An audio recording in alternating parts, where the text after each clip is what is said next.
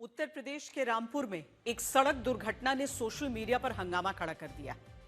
भूसे से भरे एक ट्रक का संतुलन बिगड़ गया और वो पास में खड़ी एक बोलेरो गाड़ी के ऊपर गिर गया। इस हादसे में बोलेरो चालक की घटनास्थल पर ही मौत हो गई। यह हादसा नैनीताल हाईवे पर हुआ था। इस घटना का वीडियो देखिए। ट्रक तेजी से चला आ रहा है और उसके आगे एक बोलेरो गाड़ी यू टर्न लेने की कोशिश करने लगी। इस मूवमेंट के दौरान ट्रक चालक ने अपना नियंत्रण खो दिया और बोलेरो कार को बचाने के चक्कर में उसका ट्रक डिवाइडर से टकराया और फिर अनियंत्रित होकर बोलेरो के ऊपर गिर पड़ा। इस हादसे का सबसे बड़ा कारण ओवरलोडिंग था, यानी इस ट्रक में क्षमता से ज्यादा माल भरा हुआ था।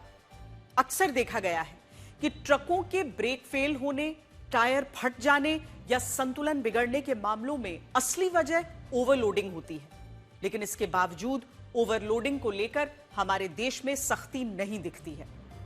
साल 2023 में हुए सड़क हादसों में 27,810 हादसे ओवरलोडिंग वाहनों के कारण हुए थे, यानी करीब 5.8% हादसों की वजह ओवरलोडिंग थी। सड़क हादसों में हुई मौतों में से करीब 7% यानी 12,154 लोगों की जान ओवरलोडिंग वाहनों की वजह से गई थी। उत्तर प्रदेश में तो ओवरलोडिंग वाहनों से सबसे ज्यादा हादसे और मौतें होती हैं। देश में ओवरलोडिंग की वजह से होने वाले कुल हादसों में 7,466 यानी करीब 27% हादसे यूपी में हुए और इन हादसों में होने वाली 31% मौतें भी यूपी में ही हुई। ट्रकों में ओवरलोडिंग विशुद्ध रूप से मुनाफाखोरी है और इस मुनाफाखोरी में सबका हिस्सा होता है। इससे ट्रक के मालिक, ट्रांसपोर्टर और ट्रैफिक नियमों की निगरानी करने वाले अधिकारी सभी लाभ कमाते हैं, इसीलिए इस पर सख्ती नहीं की जाती है। ट्रक में ओवरलोडिंग करने से एक बार में ही ज्यादा माल आ जाता है। इससे ट्रक को ज्यादा चक्कर नहीं लगाने पड़ते, जिससे ईंधन, टोल, ड्राइवर और बाकी खर्च बच जाते हैं। मतलब कम खर्च में ज्यादा मुनाफा। इसके अलावा माल ढुलाई करवाने वाली कंपनियां चाहती हैं कि कम से कम रेट में माल ढुलाई हो जाए। ऐसी स्थिति में ट्रांसपोर्टर अपना घाटा कम करने के लिए ओवरलोडिंग करते हैं। जहां तक ओवरलोडिंग से जुड़े नियमों की बात है, तो ट्रकों में सामान लोडिंग की एक सीमा होती है। इसमें वजन की अधिकतम सीमा और कितनी ऊंचाई तक लोडिंग हो सकती है, यह भी तय है।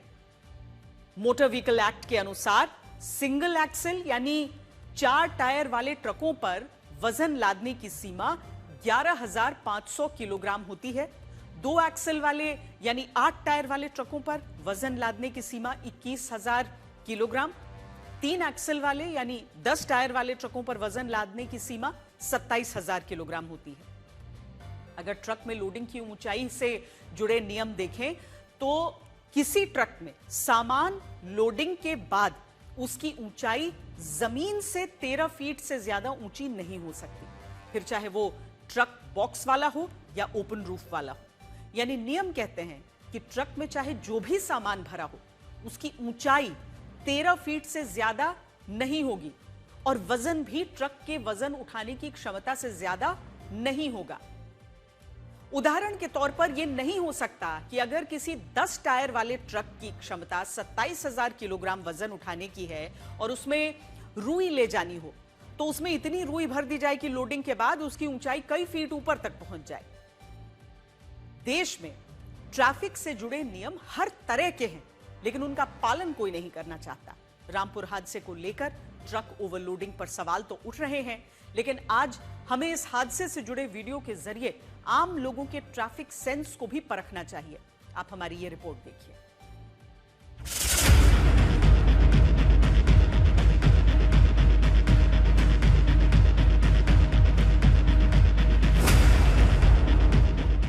दुर्घटना के इस 29 सेकंड के वीडियो को लेकर बहस इस बात पर हो रही है कि गलती किसकी थी।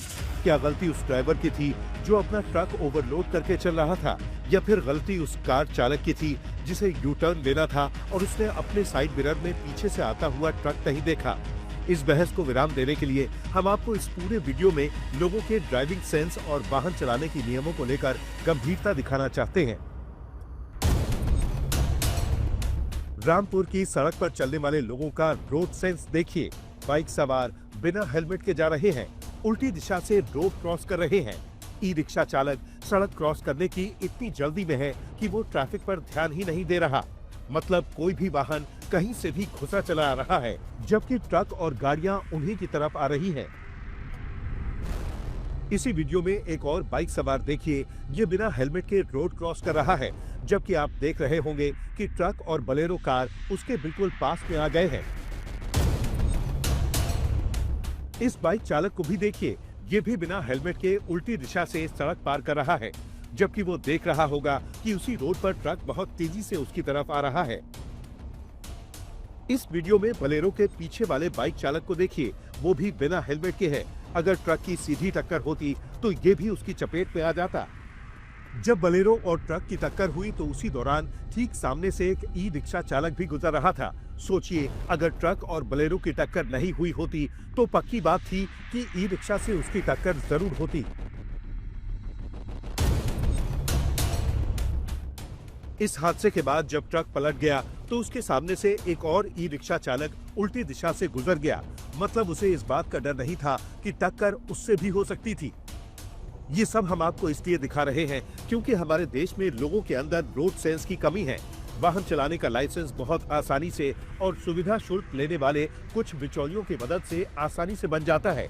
यही वजह है कि मोटरसाइकिल, गाड़ियां, ट्रक, ई रिक्शा जो कुछ भी सड़क पर चल रहा है, उसे चलाने वाला नियमों को जानता ही नहीं, और अगर जानता है तो उसका पालन ही नहीं करता।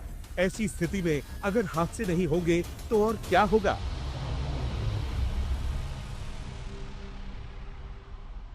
भारत की 70% माल ढुलाई का काम सड़क मार्ग से ही होता है, इसीलिए सड़क पर बड़ी संख्या में ट्रक चलते हैं। नीति आयोग की एक रिपोर्ट के अनुसार साल 2022 में देश के अंदर करीब 40 लाख ट्रक चल रहे थे, और जिस तेजी से माल ढुलाई का बोझ सड़कों पर बढ़ा है, उसे देखकर अनुमान है कि 2050 तक ट्रकों की संख्या 1,70,00,000 तक हो सकती है। इसीलिए ट्रकों से जुड़े नियमों का सख्ती से पालन बहुत जरूरी है।